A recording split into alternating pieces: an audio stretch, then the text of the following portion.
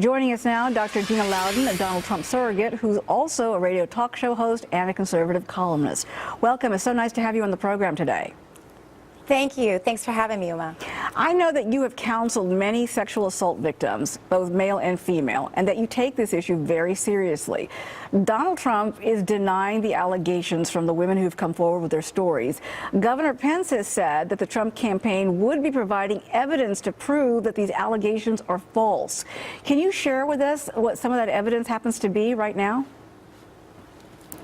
Well, I think that they've already had a couple of people corroborating Mr. Trump's story that the incident on the airplane didn't happen at all like the woman described. But there are other stories as well coming out. I'm seeing a lot of them now. For example, the woman that was on with Gloria Allred yesterday actually applied for a job with Mr. Trump. If she were so traumatized, supposedly by what happened, why would she have later applied for a job with the very man she accuses of all of this?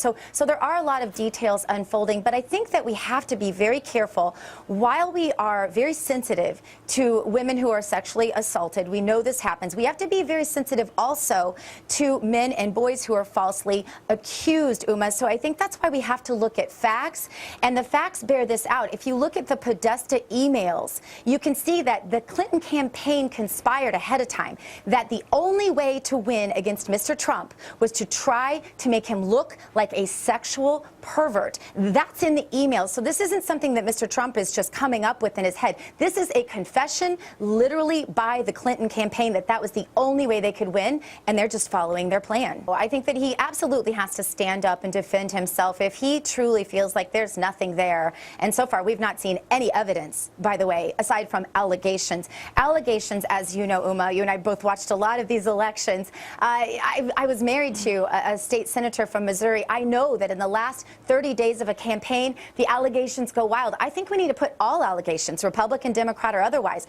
off to the side and look at facts. And the facts are that Hillary Clinton looked right in the eye of Goldman Sachs and said, don't worry about what I say to the little people, the voters, because what I say to you about open borders and open trade is how I really feel. She has lied to the American people repeatedly. She has never created a job. You contrast her with the job that Mr. Trump has done of creating an international company where he has exalted women, has promoted women, has paid them more. These are the issues that I think not just women, but families who care about national security and economic security, this is what's going to look them in the eye, I believe, once they get in the voter booth. Married women still support him largely. He's winning, as you know, in the Rasmussen polling. The LA Daily tracking poll has him up slightly. So it kind of depends on what polls we look at and how far skewed they are to the Democrat side of things. I've never really understood why they go ahead and skew polls 9, 10, 11 points to the Democrat side, but they do.